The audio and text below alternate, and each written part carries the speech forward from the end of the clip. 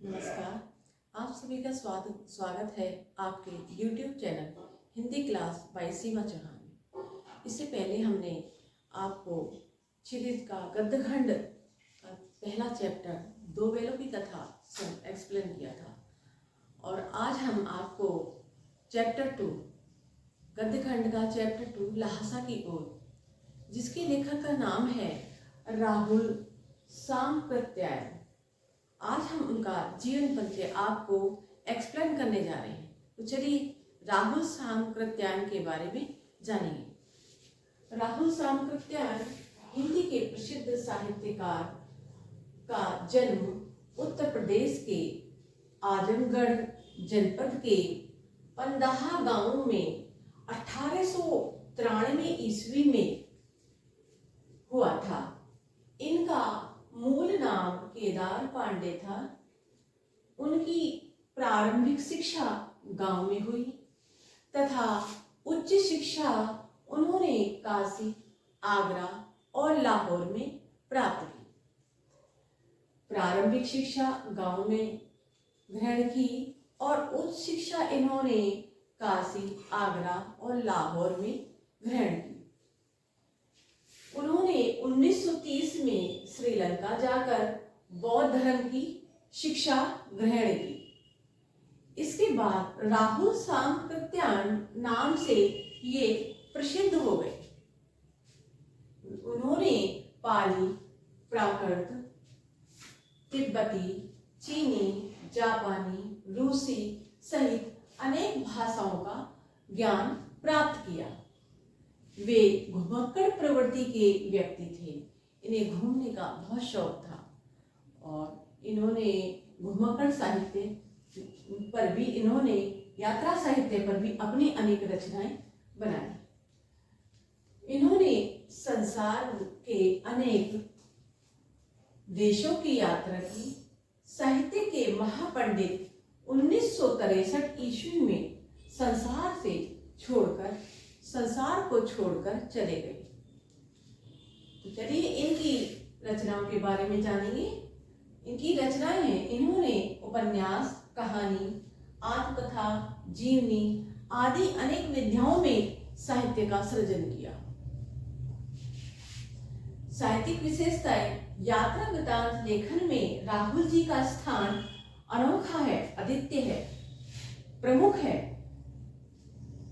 यात्रा वृत्तांत के लेखन में राहुल जी अनोखे स्थान पर है। उन्होंने अनेक अच्छी प्रतिभा दिखाई है यात्रा साहित्य में।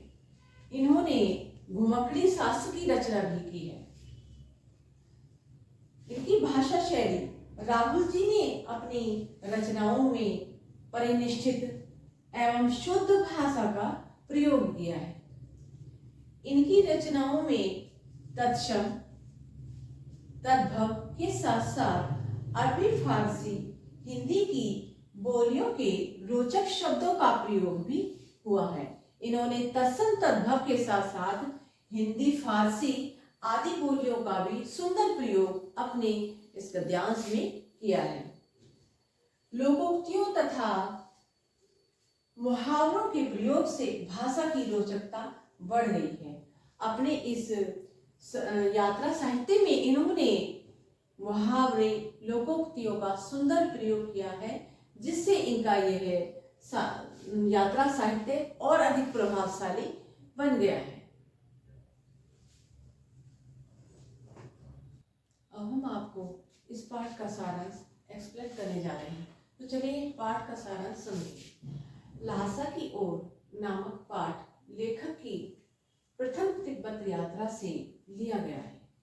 कौन सी यात्रा है ये? लेखक की प्रथम तिब्बत यात्रा, यानी लेखक पहली बार तिब्बत में यात्रा कर रहा है। उन्होंने 1929 और 30 में नेपाल के रास्ते यह यात्रा की थी। सन 1929 और 30 में नेपाल के रास्ते से यह यात्रा की थी। उस समय भारतीयों को तिब्बत यात्रा की अनुमति नहीं थी। कोई भी भारतीय तिब्बत में यात्रा नहीं कर सकता था। तिब्बत की यात्रा की अनुमति न होने के कारण लेखक ने यह यात्रा एक भिखमंगे और छद्म वेश में गरीब के वेश में उसने यह यात्रा प्रारंभ की। इस पाठ में उन्होंने ल्हासा की ओर जाने वाले दुर्गम रास्ते, कठिन रास्ते, उन्होंने इस पाठ में ल्हासा की ओर जाने वाले कठिन रास्ते का सुंदर वर्णन किया है। इससे तिब्बती समाज के बारे में अनेक जानकारियां मिलती हैं। इस दुर्गम रास्ते का उन्होंने सुंदर वर्णन किया है। इससे तिब्बती समाज के बारे में अनेक जानकारियां हमें प्राप्त होती हैं। लेखक ने अपनी तिब्बत यात्रा नेपाल, तिब्बत के मार्ग से की थी। किस मार्ग से की थी? नेपाल तिब्बत के मार्ग से की थी, क्योंकि वह तब फरी कलिंपोंग का रास्ता खुला हुआ नहीं था। इसी रास्ते से हिंदुस्तानी वस्तुएं तिब्बत जाती थी, क्योंकि तब फरी कलिंपोंग का रास्ता खुला हुआ नहीं था और इसी रास्ते से हिंदुस्तानी वस्तुएं तिब्बत जाती थी। हिंदुस्तानी जो भी सामान था वो इसी रास्ते से जाता था। यह व्यापारिक और सैनिक रास्ता था। यह व्यापार करने का और सैनिकों द्वारा जाने का भी रास्ता यही था। लेखक ऐसे ही एक परित्यक्त किले, लेखक ऐसे ही एक छोड़े हुए पुराने किले के पास चाय पीने के लिए रुक जाता है। तिब्बत में यात्रियों के लिए कुछ अच्छी बातें हैं तो कुछ परेशानियां भी उनके लिए होती हैं। यहाँ जाति पाति, छुआछूत, पर्दा प्रथा जैसी कुप्रथाएं नहीं हैं। हमारे भारत में जाति पाति, पर्दा प्रथा और छुआछूत जैसी प्रथा है, लेकिन यहाँ पर तिब्बत में जाति पाति, छुआछूत जैसी कोई कुप्रथा नहीं है। लोग अपने घरों को खुला रखते हैं। यहाँ पर कोई दरवाजा बंद भी नहीं करता है, खुला रहता है। लोग अपने घरों को खुला रखते हैं। यहाँ की बहुएं और उनकी सासें भी यात्रियों को या कोई अपरिचित अनजान व्यक्ति को भी चाय बनाकर दे देती हैं। यहाँ की बहुएं और उनकी बहू की सास भी किसी भी अपरिचित व्यक्ति अगर आता है तो उसको चाय पिला देती हैं, चाय बनाकर दे देती हैं। यदि यात्रियों को कुछ संदेह हो तो वे अपनी चाय खुद भी बना सकते हैं। यहाँ पर इतनी फैसिलिटी है, इतनी ओपन है कि कोई बंदिश नहीं होती। यदि यात्री को संदेह होता है, शंका होती है, तो वो अपनी चाय स्वयं भी बना सकते हैं। इतना यहाँ पर फैसिलिटी दी गई है। उस परित्यक्त चीनी किले से चाय पीकर जब लेखक चलने लगा तो उसने रास्ते का कर मांगने वाले व्यक्ति को दोनों चिटे दे दी। अब उस छोड़े हुए किले से लेखक हमारा चाय पीकर चला। लेखक जब चाय पीकर जाने लगा तो रास्ते में रास्ते का कर मांगने वाले व्यक्ति को उसने दोनों चिटे दे दी। थोलना के आखिरी गांव में उसे मित्र सुमति के जान पहचान के लोग मिल गए। इस कारण लेखक को ठहरने की अच्छी जगह मिल गई। थोलना में उसको जाने पहचाने लोग मिल गए और इस कारण उसको रुकने के लिए एक अच्छी जगह प्राप्त हो गई। 5 साल बाद जब लेखक भद्र यात्री के वेश में घोड़े पर सवार होकर आया, भद्र यात्री के वेश में, एक सभ्य नागरिक के वेश में, पहले वह छद्म वेश में गया था और अब 5 साल बाद वो एक सभ्य नागरिक के वेश में आया, एक अच्छी वेश में आया। तो घोड़े पर सवार होकर आया था, तब उसे जगह नहीं मिली और उसे एक निर्धन झोपड़ी में एक रात बितानी पड़ी। आशा करती हूँ अब लेखक को सबसे पहले विकट डांडा थोगला पार करना था। 16-17 हजार फीट ऊंचाई पर स्थित ये डांडे सबसे खतरनाक जगह है। इनके आसपास कोई गांव नहीं होता है। नदियों के मोड़ और पहाड़ों के कोनों के कारण दूर तक आदमी यहाँ पर नहीं दिखाई देते हैं। यहाँ किसी की हत्या हो जाए तो पुलिस या खुफिया विभाग कोई चिंता नहीं करता है। यहाँ कोई हत्या का गवाह भी तो नहीं मिलता। अगर किसी की हत्या हो जाए तो उसका कोई गवाह भी नहीं प्राप्त होता। यह डाकुओं के लिए ही अत्यंत सुरक्षित जगह थी, क्योंकि जब यहाँ पर अगर हत्या हो जाए तो कोई गवाह भी नहीं मिलता था। तो डाकुओं के लिए ये बहुत ही सुरक्षित जगह थी। डाकू आदमी को पहले मारते हैं, फिर लूट के लिए माल खोजते हैं।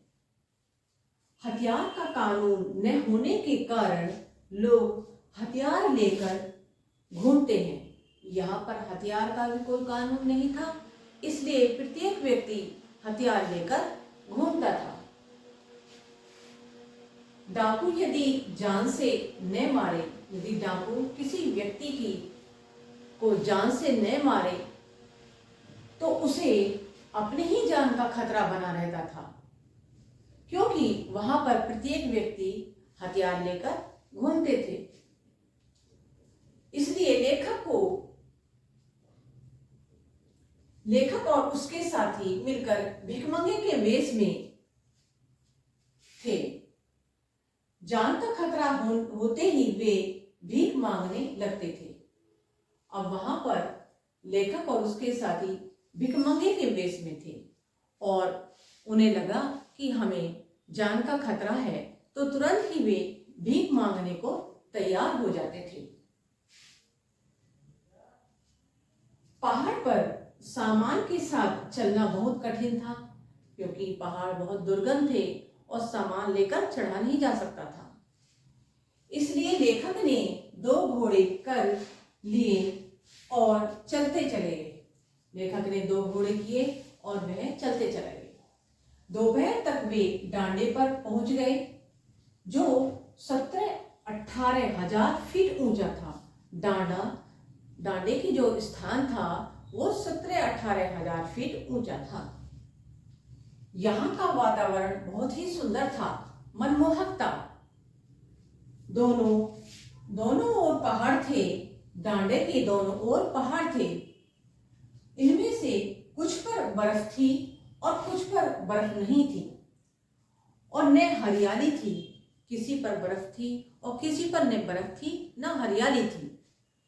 सबसे ऊंचे स्थान पर देव स्थान था। देवता का स्थान सबसे ऊंचे स्थान पर था, जिसे कपड़े और झंडियों से सजाया गया था। देवता का जो स्थान था उसे कपड़े और वहां पर झंडियां लगी हुई थी। कपड़े और झंडियों से उसको देव स्थान को सजाया गया था। लेखक को अब उतराई की ओर चलना था। लेखक को अब उतरने की तरफ चलना था। उसके साथ उसके 1-2 साथी चल रहे थे, पर वे सब बिछुड़ गए थे, क्योंकि लेखक का घोड़ा धीरे धीरे चलने लगा था। लेखक उन सब से बहुत ही पीछे रह गया था। इस बीच वह रास्ता भटक कर कहीं और चला गया। फिर वापस रास्ते पर लौटकर आया तो 4 बजे के करीब वह लंगकोर में पहुंचा। आपको ये वीडियो अच्छी लगी हो तो लाइक करें और सब्सक्राइब करें।